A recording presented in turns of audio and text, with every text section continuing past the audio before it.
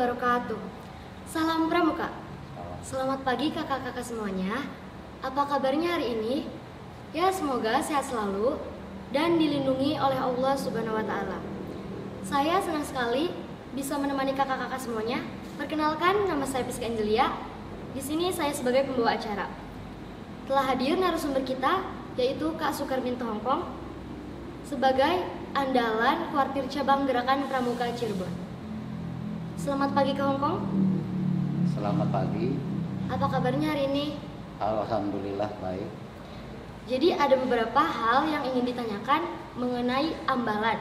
Yang pertama itu, boleh tidak sih Kak, di dalam suatu pangkalan itu terdapat lebih dari 2 ambalan? Terima kasih adik-adik penegak yang selama ini berkiprah di dunia kepramukaan, khususnya yang ada di ambalan. Sebelum kami menjawab, perlu adanya pemahaman dulu tentang ambalan, sehingga nanti adik-adik pramuka penegak khususnya yang aktif di ambalan memahami betul tentang kegiatan-kegiatan di ambalan. Seperti tadi yang ditanyakan, bahwa boleh tidak di dalam satu pangkalan ya, satu pangkalan itu lebih dari satu ambalan ya. Boleh saja. Sementara sekarang kan yang berlaku ambalan itu kan, ambalan penegak itu kan berada di lingkungan sekolah. Nah biasanya di dalam lingkungan sekolah itu jumlah anggota pramuka penegaknya kan banyak, begitu. Jadi bisa saja kalau anggotanya banyak. Yang pertama, syarat-syarat dalam satu ambalan itu kan terdiri dari 12 sampai 32, minimal 12, maksimal 32 anggota pramuka penegak. Nah, misalnya dalam satu pangkalan atau satu sekolah itu anggota pramuka putra misalnya anggotanya lebih dari 32, ada 40 atau 50 atau 60 anggotanya, bisa saja. Jadi satu pangkalan putra misalnya 2 ambalan, putrinya juga 2 atau 3 ambalan, boleh saja, boleh. Karena batasannya adalah antara 12 sampai 32. Ya, terima kasih. Selanjutnya, apakah di dalam ambalan itu tidak ada wakil ketua? Lalu, jika pradana berhalangan hadir, siapa yang menggantikannya? Iya, terima kasih. Jadi selama ini kan banyak pemahaman bahwa pemahaman Dewan Ambalan ya, Dewan Ambalan. Ada yang mengatakan juga Dewan Kerja Ambalan. Nah, setiap ambalan itu tidak memiliki Dewan Kerja Ambalan. Yang ada itu hanya Dewan Ambalan atau Dewan Penegak. Jadi yang ada wakilnya itu kecuali di dalam Dewan Kerja. Jadi harus bisa membedakan antara Dewan Kerja dengan Dewan Ambalan. Kalau Dewan Kerja itu hanya sebatas atau di lingkungan kuartir. Misalnya Dewan Kerja Nasional, Dewan Kerja Daerah, Dewan Kerja Cabang, Dewan Kerja Ranting. Nah, di ambalan itu tidak ada Dewan Kerja, tetapi yang ada adalah Dewan Ambalan atau Dewan Penegak. Nah, di dalam Dewan Kerja itu ada wakilnya. Dewan Kerja ada wakilnya, tetapi di Dewan Ambalan itu tidak ada wakilnya. Hanya pradana, kemudian juru adat, kemudian kerani atau sekretaris, bendahara dan anggota. Kenapa tidak ada wakilnya? Jadi yang mewakili kegiatan pradana atau tugas pradana sementara ketika pradananya misalnya berhalangan hadir karena ada sesuatu kegiatan yang harus dilaksanakan entah di rumah entah di sekolah, ya jelas yang melaksanakan tugas dari pradana itu adalah kerani, karena kerani itu bisa dianggap sebagai orang kedua di ambalan, begitu. Kecuali yang berkaitan dengan adat, peradatan ambalan bisa dilimpah tugaskan kepada juru adat. Saya kira itu yang dapat kakak sampaikan. Nah, selanjutnya tuh Kak, bolehkah calon anggota ambalan itu menjadi anggota Dewan Ambalan? Calon anggota ambalan menjadi Dewan Ambalan. Calon anggota ambalan menjadi Dewan Ambalan. Sepengetahuan kakak bahwa calon Dewan Ambalan itu kan artinya calon Dewan Ambalan ini berarti kan sudah menjadi anggota pramuka penegak bukan? Atau belum? sudah mungkin tapi kayak belum dilantik. Ya. Saya kira boleh saja menjadi anggota Dewan Ambalan. Yang jelas persyaratan utamanya begini deh. Jadi persyaratan menjadi anggota Dewan Ambalan itu adalah minimal sudah penegak. Dan anggota Dewan Ambalan itu kan harus diambil dari para pemimpin sangga atau wakil pemimpin sangga. Ya, dewannya nih, bukan anggota ambalannya. Kalau anggota Dewan Ambalannya ya harus pemimpin sangga atau wakil pemimpin sangga. Saya kira itu deh. Jadi walaupun belum dilantik bisa dikatakan Dewan Ambalan? Ya belum bisa, karena persyaratannya kan harus yang pertama harus penegak dulu. Setelah itu kan dia menjabat sebagai pemimpin sangga atau wakil pemimpin sangga. Kalau belum ya nggak bisa. Nah sementara sekarang kan banyak yang rancu tuh Dewan Ambalan bisa diambil dari anggotanya dan sebagainya. Dan hal ini sepertinya kenapa tidak ada pelurusan dari teman-teman kita? Karena apa? Biasanya yang berkiprah di lapangan ini kan ada penegaknya saja gitu. Sedangkan mohon maaf misalnya seperti kita orang dewasa kadang-kadang dengan kesibukannya dan sebagainya sehingga tidak tersentuh gitu. Diserahkan kepada mohon maaf misalnya para seniornya atau para alumni dan sebagainya sehingga pemahamannya tidak sampai ke sana. Saya kira begitu deh. Nah selanjutnya, apakah anggota Dewan Ambalan itu harus seorang pemimpin sangga? Dewan Ambalan atau Dewan Penegak ya jelas otomatis harus para pemimpin sangga atau wakil pemimpin sangga. Karena apa? Karena Dewan Ambalan itu juga kan anggota Dewan Ambalan itu juga kan mewakili sangganya, begitu ya. Jadi yang mewakili sangganya sehingga harus pemimpin sangga atau wakil pemimpin sangga, begitu. Sedangkan pemimpin sangga juga itu kan tidak harus pasti menjadi pemimpin sangga. Bisa jadi misalnya dalam kurun beberapa bulan atau beberapa minggu, ya dalam misal 1 bulan bisa di rolling juga. Pemimpin sangganya misalnya diganti misalnya atau diputar ya dengan anggota sangga itu sendiri. Jadi tidak mesti harus jadi pemimpin sangga terus. Kalau dipandang misalnya mereka bisa menjalankan tugas dan fungsinya sebagai pemimpin sangga atau wakil pemimpin sangga ya sah-sah saja. Kalau misalnya perlu diganti ya diganti, nggak apa-apa. Tapi yang jelas Dewan Penegak atau anggota Dewan Ambalan itu harus pemimpin sangga atau wakil pemimpin sangga. Begitu deh yang kakak pahami ya.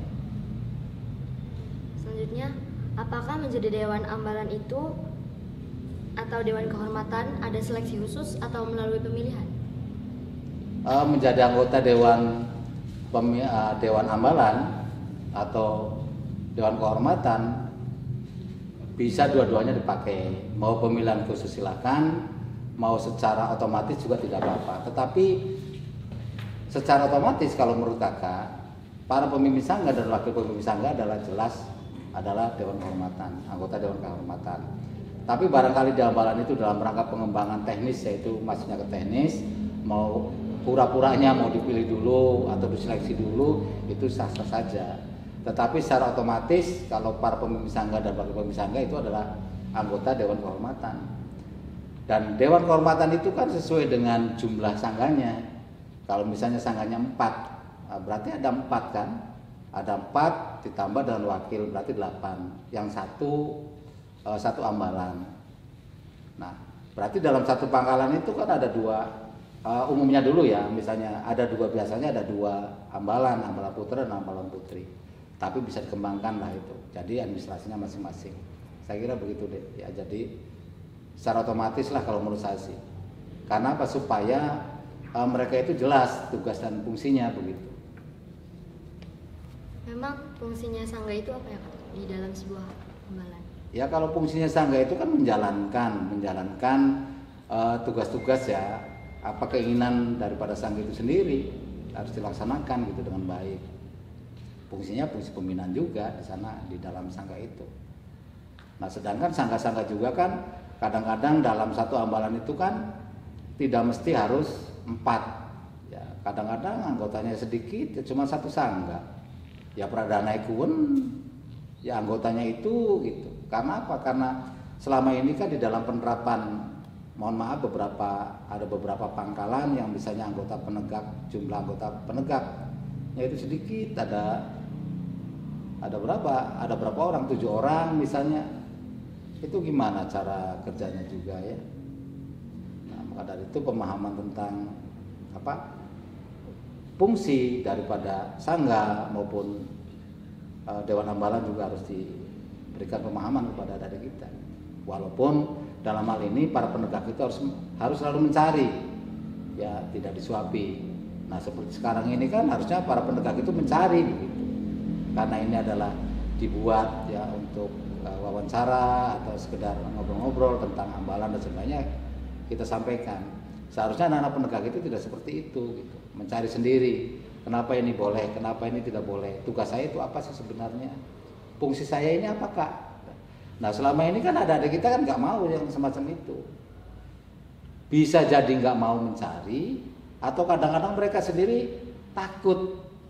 Karena apa, di dalam pelaksanaan kegiatan di lapangan itu biasanya yang berperan itu kan para alumninya. Ada yang alumninya masih berperan, kemudian pakai senioritas ya, terutama anggota-anggota pramuka yang kelasnya sudah kelas 3 biasanya itu kan suka berperan juga, suka langsung. Sebenarnya di dalam pramuka penegak itu tidak bisa melihat kelas, tidak bisa melihat senioritas ya. Setiap anggota ambalan ya mempunyai hak dan kewajiban yang sama begitu. Saya kira itu deh. Itu Kak, kan di dalam sangga itu kan berbeda-beda. Apakah tugasnya itu sama atau beda-beda juga? Secara umum sama, tetapi dalam pelaksanaannya begitu. Karena kita juga kan ada sangga, misalnya sangga penegas. Apa sih dalam sangga penegas itu yang urgensinya apa, atau apa nih yang perlu dipertajam begitu ya. Misalnya sangga pendobrak, sangga ini juga kan harus diberikan pemahaman kepada dari kita semua gitu. Hanya beda ini aja, beda fungsi aja gitu. Tetapi tugasnya sama ya, tugasnya sama lah. Kita belajar dan mencari kegiatan di dunia penegak itu seperti apa. Hanya tempatnya saja, di sangganya saja yang berbeda. Saya kira itu deh. Nah selanjutnya itu berapa tahun sih Kak Dewan Ambalan itu mengemban jabatannya? Kalau di Dewan Ambalan atau Dewan Penegak itu bisa dilaksanakan atau masa baktinya ya, masa baktinya selama 1 tahun. Kenapa selama 1 tahun itu harus selalu berubah atau selalu digantilah semacam begitu atau regenerasi dan sebagainya? Ya itu memang harus dilaksanakan semacam itu deh. Karena 1 tahun, 1 tahun, 1 tahun, 1 tahun. Karena apa? Karena tempat kita itu kan bukan di teritorial gitu. Kalau gugus depan penegak yang di teritorial itu biasanya kan walaupun usianya 1 tahun, tapi kadang-kadang anak itu tetap dipilih, misalnya jadi pradana atau jadi apalah. Ya karena tidak dibatasi oleh keadaan sekolah. Tapi kalau gugus depan penegak yang berada di lingkungan sekolah pangkalannya, biasanya itu ya lebih efektif gitu. Jadi pemerataan pengetahuan, wawasan, sama-sama belajar memimpin juga gitu. Jadi 1 tahun, kecuali Dewan Kerja. Nah, kalau Dewan Kerja yang ada di lingkungan kuartir itu menyesuaikan dengan kuartirnya, usia kuartirnya, misalnya di Dewan Kerja Nasional, Dewan Kerja Nasional, Dewan Kerja Daerah, Dewan Kerja Cabang, ya sampai 5 tahun. Nah, kalau di Dewan Kerja Ranting, ya usianya atau masa baktinya sesuai dengan kuartirnya yaitu 3 tahun. Saya kira begitu deh. Apakah di dalam suatu ambalan itu harus ada Dewan Kehormatan? Di dalam Dewan Ambalan ya, di ambalan itu memang ada Dewan Ambalan atau Dewan Penegak ya, dan juga ada Dewan Kehormatan. Ya perlu juga adanya Dewan Kehormatan itu, tetapi Dewan Kehormatan itu tidak selalu istilahnya ada gitu atau dibentuk dengan buru-buru gitu ya. Tetapi Dewan Kehormatan itu dibentuk atau dipersiapkan itu pada saat-saat tertentu saja gitu. Ya, posisi Dewan Kehormatan itu. Jadi misalnya ada sesuatu hal yang perlu dibicarakan karena yang menyangkut dengan berkaitan dengan kode moral, kode etik, gerakan pramuka, bisa dibentuk dengan kehormatan.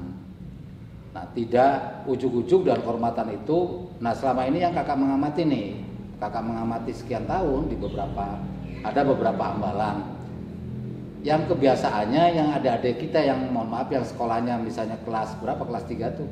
Kelas 12. Kelas 12. Biasanya itu langsung secara otomatis mengikrarkan diri sebagai dewan kehormatan. Biasanya begitu ada adik. Nah, sistem semacam itu yang harus diperbaiki oleh kita gitu. Ya, jadi dewan kehormatan itu dibentuk pada saat-saat tertentu.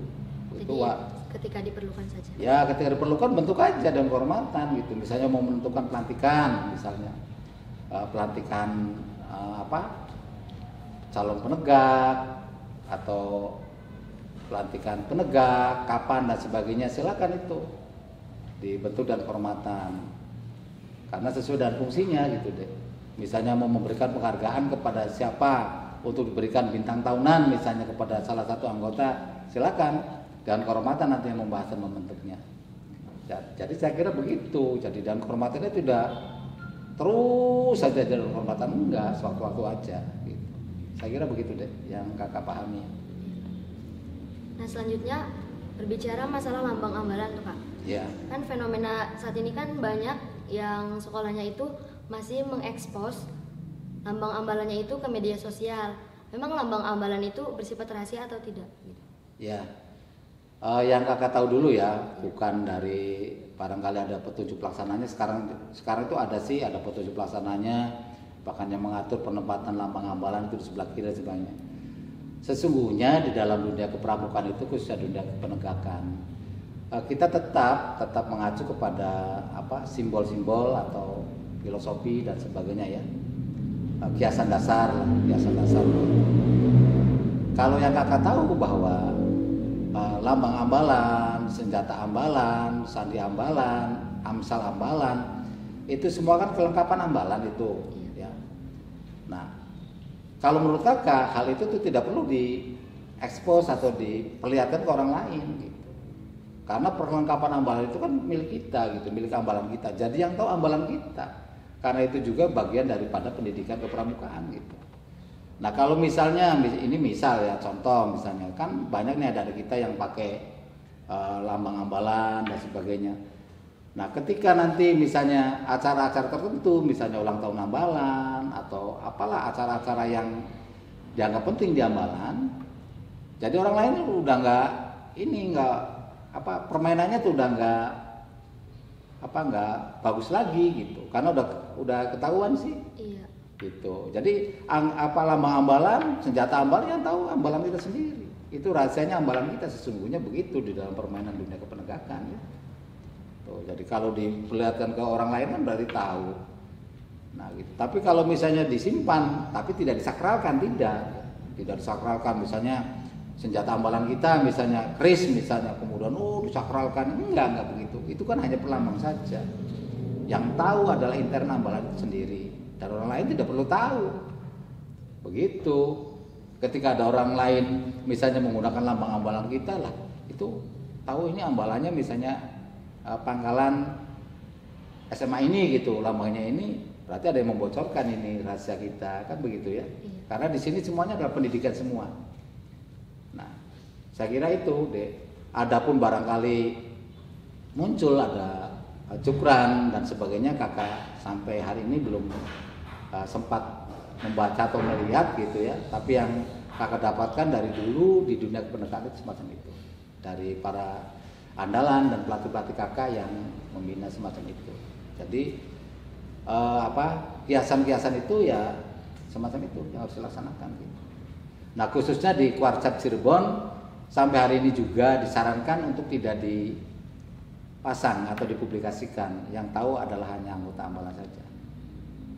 Dan bagaimana dengan anggota ambalan yang lain, misalnya di luar Kuarcap Cirebon atau di Kuarcap Cirebon sendiri yang memakai, ya saya kira itu sah-sah saja. Tapi itu juga perlu ditinjau ulang gitu. Ya, apa sih maknanya pemasangan misalnya atribut lambang ambalan gitu ya dan sebagainya, itu perlu dikaji ulang oleh kita semua. Saya kira begitu deh. Berarti tidak bisa dikatakan salah juga ya? Ya tidak bisa dikatakan salah juga gitu, karena dalam hal ini kan perlu pemahamannya yang mendetail. Maka dari itu di dalam gerakan pramuka ini juga kan harus betul-betul gitu, harus sungguh-sungguh memahami esensi kepramukaan itu sendiri. Ya, karena semuanya ini kan mengandung kiasan dasar. Semua dengan kiasan dasar. Kenapa penegak itu misalnya lambang warnanya apa? Warnanya harus kuning. Kenapa bukan ungu saja dan sebagainya? Ungu itu untuk siapa? Kan ada kiasan dasarnya gitu deh. Maka dari itu semua kegiatan atribut yang ada di kepramukaan juga selalu berkaitan dengan kiasan dasar. Saya kira begitu deh. Selanjutnya, dalam satu pangkalan itu terdapat berapa sandi ambalan sih Kak? Dalam satu pangkalan? Iya. Kalau berbicaranya dalam satu pangkalan, yaitu tergantung ya. Tergantung daripada jumlah ambalan itu sendiri. Begitu. Kalau di dalam satu pangkalan itu misalnya umumnya misalnya hanya putra dan putri, berarti 2 sandi ambalan. Kalau misalnya seperti di SMK N1 Mundu di Kabupaten Cirebon misalnya, itu anggota pramukanya kan luar biasa tuh, banyak. Ya, berarti ambalannya juga ada 4, ada berapa itu ya? Ada 4 atau 2 putra, 2 putri atau berapa ya? Kan banyak tuh. Jadi ya berarti satu pangkalan bisa 6, bisa 3. Tergantung dari ambalan. Ya karena sandi ambalan atau amsal ambalan, sandi ambalan dan amsal ambalan itu kan adanya kan di ambalan. Kalau satu pangkalan ambalannya ada 6 ya berarti ada 6. Kalau hanya cukup putra putri saja satu putra satu putri berarti 2. Satu pangkalan berbicaranya, bukan satu gugus depan ya. Nah kalau gugus depannya kan satu pangkalan itu ada 2 ya, putra dan putri, gugus depan putra dan gugus depan putri. Saya kira begitu. Nah selanjutnya itu pada saat kapan sih Kak kita mengenakan tanda jabatan, lalu kapan kita mengenakan tanda Dewan Ambalan? Ya. Ada kita ya sekarang dari dulu pun sama sih ya.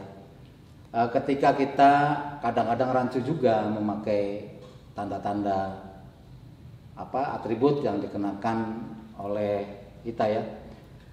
Apalagi misalnya pradananya ya. Pradananya jelas pradana. Kan pemimpin regu juga nih, pemimpin regu. Pemimpin sangga yang bisa dipakai, pemimpin sangga, ada jabatannya pemimpin sangga kan. Kemudian ketika mereka menjalankan tugas sebagai pradana berarti harus memakai tanda jabatan pradana. Ya. Kemudian juga pada saat kebetulan mereka menjadi anggota DKR juga, kan bingung juga tuh. Iya. Jadi beberapa ditempeli, semua ditempel. Ya memang sih barangkali masa-masa adik-adik atau kita juga kan senang ya dengan tanda-tanda semacam itu. Mungkin karena kita udah entah gimana nih ceritanya. Nah menurut kakak, jadi kita ini harus bijak. Semua anggota pramuka penegak khususnya harus bijak. Termasuk kita para andalan juga. Kapan kita menjadi seorang pembina, misalnya ini para andalan nih. Kapan kita menjadi seorang pembina, kapan kita menjadi seorang pelatih, kapan kita menjadi seorang andalan kan. Ini juga tandanya kan macam-macam nih. Iya. Nah, itu harus bijak. Ketika kita ini seharusnya begini nih, ketika kita lagi menjadi pemimpin sangga, ya kita tidak perlu memakai tanda jabatan sebagai anggota Dewan Ambalan. Ya lepaslah itu. Karena kita lagi berkegiatan dengan sangga kita sendiri begitu ya, misalnya. Dan kegiatan sangga itu kan nggak mesti harus satu pangkalan atau satu ambalan. Ayo semuanya, ya enggak. Bisa jadi misalnya kegiatan sangga perintis, latihannya hari apa atau pertemuannya hari apa, di mana tempatnya juga nggak apa-apa. Nggak mesti hari itu sebenarnya, bisa saja dikolaborasi. Nah, yang jadi masalah ada kita ini baju pramukanya ada berapa? Kan begitu. Ya sedangkan kan kalau misalnya tanda jabatan tanda jabatan pradana, tanda jabatan pinsa dan wapinsa itu kan ditempel begitu. Ya. Sedangkan tanda jabatan Dewan Ambalan itu kan harus dipasang ya, entah pakai peniti, entah pakai apa gitu, yang semacam itu gitu. Jadi harus bijak dan harus mampu kapan kita kegiatan secara ambalan, kapan kita kegiatan sangga, dan kapan kita kegiatan pada waktu di Dewan Kerja. Ini yang harus dipahami. Termasuk juga kapan kita pada waktu kegiatan di Saka. begitu ya. Kan Saka juga kan punya tuh yang misalnya ada tiska atau tanda-tanda apa yang diterapkan oleh Sakanya misalnya. Kan nggak bisa itu dipakai pada saat kita kegiatan di sangga, kemudian kita pakai yang punya atributnya orang lain, kan nggak bisa juga ya. Di samping itu juga itu kan menghindari rasa apa ya dengan teman-teman kita begitu. Seperti negara Hongkong misalnya, semacam inilah para andalan kita di sini. Ketika kita kegiatannya atas nama warcab atau andalan cabang, ya kita gunakan atribut andalan cabang. Nah, ketika kita dalam melaksanakan misalnya kegiatan pelatihan untuk orang dewasa, ya kita pakai tanda jabatan pelatih kalau kita seorang pelatih gitu. Nah, nggak mesti tiap hari kita pakai tanda jabatan pelatih saja, ya enggak. Ada saat-saat tertentu itu yang lebih bijak semacam itu ya. Silakan itu ada sendiri untuk berpikir. Kan ada yang dipakai karena dia adalah anggota DKR misalnya. Ketika diundang ke sini pun misalnya ada pertemuan, ada temu pradana di sini misalnya. Ada temu pradana dipakai aja anggota DKR. Tanda jabatan DKR itu dipakai padahal dia bukan ketuanya gitu. Tetapi dia sebagai pradana di suatu ambalan. Ya, jadi ini yang harus dipisahkan, kapan kita berkegiatan di sangga, kapan kita kegiatan di ambalan, kapan kita kegiatan di dewan kerja. Ya, ini yang harus dipahami oleh kita semua gitu. Sehingga tidak nanti tumpuk-tumpuk. Soalnya kakak juga ada yang melihat misalnya di sini ada tanda jabatan pradana atau wakil atau pinsa, tapi ada juga yang tempel bisa di sininya ditempel lagi dengan tanda. Itu kan kasihan juga ya. Ya memang yang salah bukan adik-adik, yang salah adalah kita orang dewasa. Tidak mengarahkan, tidak memberitahu ya. Walaupun tidak salah-salah juga, ada bocah penegaknya belum takon sih. Kan gitu ya. Ya silakan. Saya kira itu deh yang bisa kakak sampaikan ya. Terima kasih atas jawabannya. Semoga jawaban dari Kak Hongkong bisa sedikit memecahkan masalah dalam ambalan kita. Barangkali ada yang ingin disampaikan? Barangkali untuk pesan para adik kita yang aktif di ambalan, berlatihlah dengan baik-baik, dengan sungguh-sungguh, ya. Karena makna daripada ambalan itu sendiri kan berulang-ulang, ya. diulangi terus, berlatih dengan penuh kesungguhan, tapi tidak mengurangi rasa semangat untuk berlatih, bertanya, ya, terus kembangkan. Kemudian di dalam latihan di ambalan itu, latihannya kira-kira bisa menarik teman-teman yang lain begitu. Jadi bervariatif kegiatannya, ya, bervariasi. Jadi jangan hanya materi melulu, tetapi kegiatan keluar ini penting ada sekalian. Entah 2 bulan sekali, entah 3 bulan sekali, ya, ada hiking dan ada sebagainya. Kemudian yang terakhir dari kakak, jangan lupa yang kegiatan pokoknya, tugas pokoknya yaitu selesaikanlah SKU-nya.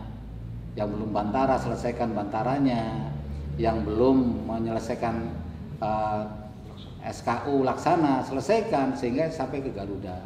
Mudah-mudahan untuk tahun 2021 ini ke depan anggota Pramuka Penegak khususnya di Warcap Cirebon bisa sampai menyelesaikan SKU penegak laksana minimal dan mudah-mudahan sampai ke Garuda. Karena target tahun sekarang harus ada yang Garuda nih, gitu ya. Persyaratan dan sebagainya silakan koordinasi dengan para pembinanya. Jangan sampai tidak berkoordinasi atau latihan apapun di ambalan selalu berkoordinasi dan minta bimbingan dan petunjuk para pembina. Karena adik-adik adalah di bawah pembinaan para pembina itu sendiri. Saya kira itu saja dari sekalian. Dan apabila nanti ada para penegak atau para pradana, dewan ambalan, dewan penegak yang kesulitan, ya, tidak hanya cukup di Google, ya, bisa selalu berkoordinasi atau bisa minta penjelasan kepada para pembina atau para andalan. Saya kira itu adik-adik yang bisa kakak sampaikan. Dan mohon maaf barangkali ada hal-hal yang kurang berkenan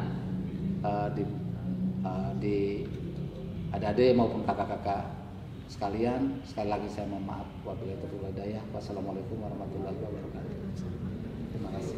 Terima kasih Kang Kong atas pesannya. Semoga kita bisa termotivasi dari pesan Kang Kong tadi. Saya sampaikan kepada kakak-kakak semuanya untuk tetap melaksanakan protokol kesehatan, yaitu memakai masker, mencuci tangan, dan selalu menjaga jarak dimanapun kalian berada. Jangan lupa untuk follow IG kami, Warcap Cirebon, dan akun DKC @dkc_Cirebon. Dan jangan lupa like, comment, and subscribe channel ini di Humas Warcap 09. Terima kasih, kurang lebihnya mohon maaf. Wassalamualaikum warahmatullahi wabarakatuh. Salam Pramuka.